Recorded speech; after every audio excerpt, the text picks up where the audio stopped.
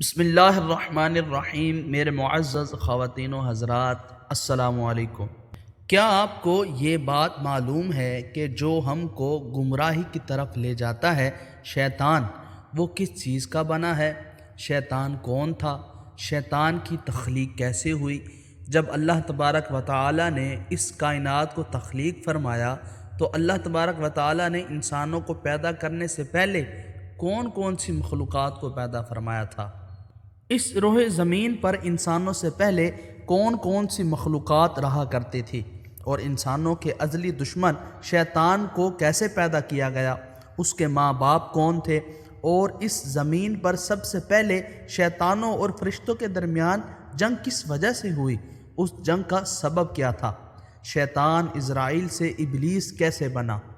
اور بہت سارے ایسے سوالات جو شیطان یعنی ابلیس کے حوالے سے ہمارے ذہنوں میں اٹھتے ہیں، آج ان سوالات کا جواب قرآن و حدیث کی روشنی میں دیا جائے گا، اور ایسے حقائق سے آپ کو آگاہ کیا جائے گا جن کے بارے میں اکثر ہمارے بہن بھائی ناواقف ہیں۔ اللہ تبارک و تعالی قرآن پاک میں ارشاد فرماتے ہیں، اے ایمان والو، اسلام میں پورے داخل ہو جاؤ اور شیطان کے رستے پہ نہ چلو، بے شک وہ تمہارا کھلا دشمن ہے۔ حضرت آدم علیہ السلام کی ولادت سے پہلے اللہ تبارک و تعالی نے دو مخلوقات کو پیدا فرمایا، ایک ناری اور دوسری نوری۔ اور نوری وہ مخلوق ہے کہ جن کو فرشتے کہا جاتا ہے۔ اللہ تبارک و تعالی نے فرشتوں کو اپنے نور سے پیدا فرمایا ہے۔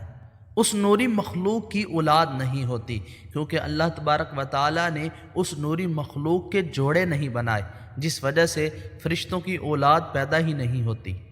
اور دوسری ناری مخلوق جن کو اللہ تبارک و تعالی نے آگ سے پیدا فرمایا، اور وہ ناری مخلوق جنات ہے، جن کے بارے میں روایات میں آتا ہے کہ جنات میں سب سے پہلے سمعون جن کو پیدا کیا گیا۔ اللہ تبارک و تعالی نے سمعون جن کو پیدا کر کے زمین پر بھیجا، اور اس کے لیے ایک جن لڑکی کو بھی پیدا فرما دیا۔ اس طرح اس جن نے اس لڑکی سے شادی کر لی، جس سے ان کی نسل خوب بڑھی۔ اور یہ بھی کہا جاتا ہے کہ انسانی آبادی سے جنات کی آبادی 9 گنا زیادہ بڑی ہے، کیونکہ انسانوں کے ہاں ایک وقت میں ایک بچے کی ولادت ہوتی ہے، جبکہ جنات کے ہاں ولادت کے وقت 9 بچے پیدا ہوتے ہیں۔ اسی لیے جنات کی مخلوق انسانوں سے 9 گنا زیادہ ہے۔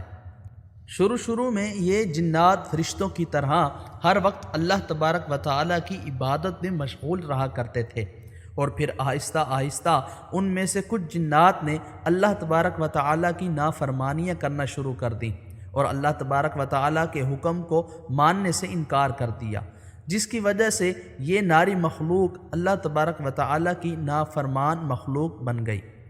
میرے معزز خواتین و حضرات، شیطان کے ماں باپ کون تھے؟ جنات میں ایک نامی گرامی جن جس کا نام چلپیا تھا، اور اس کی بیوی کا نام تلبیس تھا۔ یہ دونوں بہت ہی قد آور اور بہادر تھے۔ کہا جاتا ہے کہ چلپیا جن کی شکل و صورت ببر شیر کی طرح تھی، اور تلبیس کی شکل بھیڑیے سے ملتی جلتی تھی۔ چلپیا جنات کا سردار تھا، اور اس سے بڑے بڑے جنات خوف کھاتے تھے۔ چنانچہ چلپیا اور تلبیس کے ملاپ سے ایک بچہ پیدا ہوا، جس کا نام انہوں نے اسرائیل رکھا۔ یہ بچہ اپنے والدین کی طرح بہادر اور دراز قد کا تھا۔ میرے معزز خواتین و حضرات، شیطان اور فرشتوں میں جنگ۔ روایات میں آتا ہے کہ حضرت آدم علیہ السلام کی تخلیق سے 50,000 سال پہلے یا اس سے بھی زائد کا عرصہ زمین پر جنوں کا عروج تھا۔ اس روح زمین پر ہر طرف جنات ہی جنات تھے۔ یہ جنات زیادہ شریر تھے، اور یہ زمین کے اندر فتنہ و فساد پھیلاتے تھے۔ اس طرح جب جنات نے اس زمین پر فساد پھیلانا اور تباہی مچانا شروع کر دی، تو اس وقت اللہ تبارک و تعالی نے فرشتوں کو حکم دیا کہ زمین پر جاؤ اور جنوں سے جنگ کرو۔ تو فرشتے اللہ تبارک و تعالی کے حکم سے زمین پر اترے۔ ان فرشتوں نے جنوں کو حکم دیا کہ اللہ تبارک و تعالی نے حکم دیا ہے کہ زمین میں امن و امان سے زندگی بسر کرو۔ لیکن جنات نے فرشتوں کی بات کو ماننے سے انکار کر دیا، جس کی وجہ سے جنات اور فرشتوں کے درمیان بہت بڑی جنگ ہوئی۔ اسی خوفناک جنگ میں اسرائیل کے والدین یعنی چلپیا اور تلبیز نے بھی شرکت کی تھی۔ اس جنگ میں فرشتے اللہ کے حکم سے جنات پر غالب آ گئے۔ اس جنگ کے اندر بہت سارے جنات مارے گئے، جن میں اسرائیل کے والدین بھی شامل تھے، اور باقی سرکش جنات کو اللہ تبارک و تعالیٰ کے حکم کے مطابق قید کر لیا گیا۔ ان قیدیوں میں اسرائیل بھی شامل تھا۔ فرشتے جب ان جنات کو قید کر کے آسمانوں کی طرف لے گئے تو شیطان بھی ان کے ساتھ آسمانوں پہ چلا گیا۔ پھر اللہ تعالیٰ کی طرف سے فرشتوں کو حکم ملا کہ وہ اسرائیل کی بہترین تربیت کریں اور اس کی اچھی طرح پرورش کی جائے۔ فرشتوں نے اسرائیل کو عبادت کرنے کے بہترین طریقوں سے آگاہ کیا، جس کی وجہ سے اسرائیل اللہ تبارک و تعالیٰ کا ایک عبادت گزار بندہ بن گیا اور اللہ تبارک و تعالیٰ کی بارگاہ میں بہت بڑا مرتبہ حاصل کر لیا۔ اس دوران اسرائیل بہت قابل اور عقل مند بن گیا۔ اس وقت اللہ تبارک و تعالیٰ نے اسرائیل کو فرشتوں پر استاد مقرر کر دیا۔ اسرائیل فرشتوں کو تعلیم و تربیت دینے لگا اور فرشتے اسرائیل کے پاس آتے اور علم حاصل کرتے۔ فرشتے اسرائیل کو نیک اور پرہیزگار کہا کرتے تھے۔ حضرت کعب بن احبار رضی اللہ عنہ فرماتے ہیں کہ اسرائیل 40,000 سال تک جنت کا خزانچی رہا اور 80 سال تک وہ فرشتوں کے ساتھ رہا اور 20,000 سال تک فرشتوں کو تعلیم و تربیت دیتا رہا۔ اس کا مقام اللہ تبارک و تعالیٰ کی بارگاہ میں اتنا زیادہ ہو گیا کہ اللہ تبارک و تعالیٰ کے سب سے مقرب فرشتے حضرت جبرائیل علیہ السلام، حضرت میکائیل علیہ السلام اور حضرت اسرافیل علیہ السلام اور حضرت عزرائیل علیہ السلام بھی اس سے تعلیم و تربیت حاصل کیا کرتے تھے۔ اللہ تبارک و تعالیٰ اس کائنات کا حقیقی مالک ہے، اس سے کوئی بھی چیز پوشیدہ نہیں۔ اللہ تبارک و تعالیٰ کو اس بات کا علم تھا کہ یہ اسرائیل ایک دن میرے حکم کو جھٹلا دے گا اور اس کا خاتمہ کفر پر ہوگا۔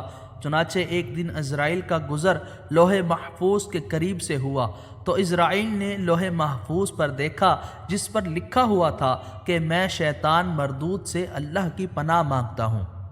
اس تحریر کو پڑھنے کے بعد تقریباً 2000 سال تک اسرائیل روتا رہا اور اللہ تبارک و تعالیٰ کی عبادت میں مصروف رہا۔ اسرائیل اللہ تبارک و تعالیٰ کی بارگاہ میں یہ سوال کرنے لگا، یا رب العالمین، یہ اتنا بڑا شیطان مردود کون ہے جس سے پناہ مانگی جا رہی ہے؟ اسرائیل کے سوال کا جواب دیتے ہوئے اللہ تبارک و تعالیٰ نے ارشاد فرمایا کہ میں نے ایک بندے کو اپنی ہر نعمت سے نوازا ہے۔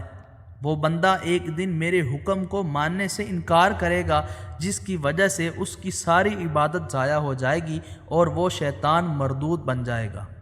اللہ تبارک و تعالیٰ کا یہ فرمان سننے کے بعد اسرائیل ہر وقت یہ سوچتا رہتا کہ وہ شیطان مردود کون ہوگا۔ چنانچہ اسرائیل نے اللہ تبارک و تعالیٰ سے کہا کہ یا رب العالمین، میں اس شیطان مردود سے ملنا چاہتا ہوں۔ تو اس وقت اللہ تبارک و تعالیٰ نے اسرائیل کو فرمایا کہ تو جلد ہی اس بندے کو دیکھ لے گا۔ پھر اس کے بعد اللہ تبارک و تعالیٰ نے فرشتوں میں یہ اعلان کیا کہ میں زمین پر اپنا خلیفہ مقرر کرنے والا ہوں۔ اسرائیل کو جب اس بات کا علم ہوا کہ اللہ تبارک و تعالیٰ ایک ایسے انسان کو پیدا کرنے جا رہا ہے جس کے پتلے کو بنانے کے لیے آسمانوں اور زمینوں سے مٹی کو اکٹھا کیا جا رہا ہے۔ میرے معزز خواتین و حضرات، آدم علیہ السلام کی تخلیق کیسے ہوئی؟ چنانچہ جب اللہ تبارک و تعالیٰ نے حضرت آدم علیہ السلام کے پتلے کو تخلیق فرما لیا تو اس پتلے کو 40,000 سال تک اسی طرح پڑا رہنے دیا اور اس کے اندر جان تک نہ ڈالی گئی۔ چنانچہ جب فرشتے حضرت آدم علیہ السلام کے پتلے کے قریب سے گزرتے تو بہت حیرت زدہ ہو کر اس کو دیکھتے، اور جب اسرائیل کا گزر حضرت آدم علیہ السلام کے پتلے کے قریب سے ہوتا تو یہ نفرت کی وجہ سے حضرت آدم علیہ السلام کے پتلے کو اذیت دیتا، کیونکہ اسرائیل یہ سمجھتا تھا کہ اللہ تبارک و تعالیٰ کے خلیفہ بننے کے لائق صرف میں ہی ہوں۔ اسی وجہ سے وہ حضرت آدم علیہ السلام کے پتلے کو اذیت دیتا۔ جب حضرت اسرائیل حضرت آدم علیہ السلام کے پتلے کو مارتا تو اندر سے مٹی کے کھنکھنے کی آواز آتی۔ چنانچہ جب اللہ تبارک و تعالی نے حضرت آدم علیہ السلام کو تخلیق فرمایا اور اس کے اندر روح بھی داخل کر دی تو اس دن اللہ تبارک و تعالی نے سب فرشتوں کو حکم دیا کہ سب میرے پاس اکٹھے ہو جاؤ۔ جب سارے فرشتے اللہ تبارک و تعالی کی بارگاہ میں حاضر ہو گئے تو اللہ تبارک و تعالی نے حکم دیا کہ میں زمین پر اپنا ایک بندہ پیدا کرنے والا ہوں جو زمین پر جا کر میرے حکم کی تعمیل کرے گا۔ تو اس وقت فرشتوں نے اللہ تبارک و تعالی کی بارگاہ میں عرض کی، یا رب العالمین، یہ بندہ زمین پر جا کر تیرا نافرمان ہو جائے گا، ہم تو ہر وقت عبادت میں مصروف رہتے ہیں۔ تو اللہ تبارک و تعالی نے ارشاد فرمایا، جو کچھ میں دیکھ رہا ہوں وہ تم نہیں دیکھ سکتے۔ میرے معزز خواتین و حضرات، شیطان نے بغاوت کس وجہ سے کی؟ اس وقت سب فرشتوں کو حکم دیا گیا کہ حضرت آدم علیہ السلام کو سجدہ کرو، تو تمام فرشتے اللہ تعالیٰ کے حکم کے مطابق حضرت آدم علیہ السلام کو سجدہ کرنے کے لیے جھک گئے، لیکن اسرائیل نے حضرت آدم علیہ السلام کو بغض اور تکبر کی وجہ سے سجدہ نہ کیا۔ اس وقت اللہ تبارک و تعالی نے اسرائیل سے پوچھا کہ تم نے سجدہ کیوں نہیں کیا؟ اس وقت اسرائیل تکبر اور غرور میں آ کر بولنے لگا، اے رب العالمین، تو نے مجھے آگ سے پیدا کیا اور اس پتلے کو مٹی سے پیدا کیا، میں اس مٹی کے پتلے سے کئی درجے بہتر ہوں۔ اسرائیل کی یہ بات سن کر اللہ تبارک و تعالی نے اسرائیل کو وہاں سے نکل جانے کا حکم دیا اور فرمایا، تو شیطان مردود ہو چکا ہے، تم پر قیامت تک میری لعنت ہوتی رہے گی۔ اس وقت اسرائیل کو اس بات کا علم ہوا کہ لوح محفوظ پر جس شیطان کا ذکر تھا وہ در حقیقت میں ہی ہوں۔ اس طرح جب اسرائیل اللہ تبارک و تعالی کی نافرمانیوں کی وجہ سے شیطان مردود بن گیا تو اللہ تبارک و تعالی سے کہنے لگا، اے رب العالمین، میں چاہتا ہوں کہ مجھے قیامت کے دن تک زندہ رہنے کی مہلت دے دی جائے۔ تو اللہ تبارک و تعالی نے شیطان مردود کی بات مان لی اور اس کو قیامت تک کی مہلت دے دی گئی۔ اس وقت شیطان مردود اللہ تبارک و تعالی کی بارگاہ میں عرض کرنے لگا، میں تیرے بندوں کو راہ سے بھٹکاؤں گا اور ہر طرح سے تیرے بندوں کو تیرے حکم کا نافرمان بناؤں گا، اور بہت سارے تیرے بندے میرے شکنجے میں آ کر تیری نافرمانی کریں گے اور گناہوں کے اندر مبتلا ہو جائیں گے۔ اس وقت شیطان مردود کو اللہ تبارک و تعالی نے ارشاد فرمایا کہ تو میرے بندوں کو میری راہ سے بھٹکائے گا، میری نافرمانیوں کے اندر مبتلا کرے گا، میری رحمت بہت بڑی ہے، میں اپنے کرم و فضل سے اپنے بندوں کو معاف کرتا جاؤں گا۔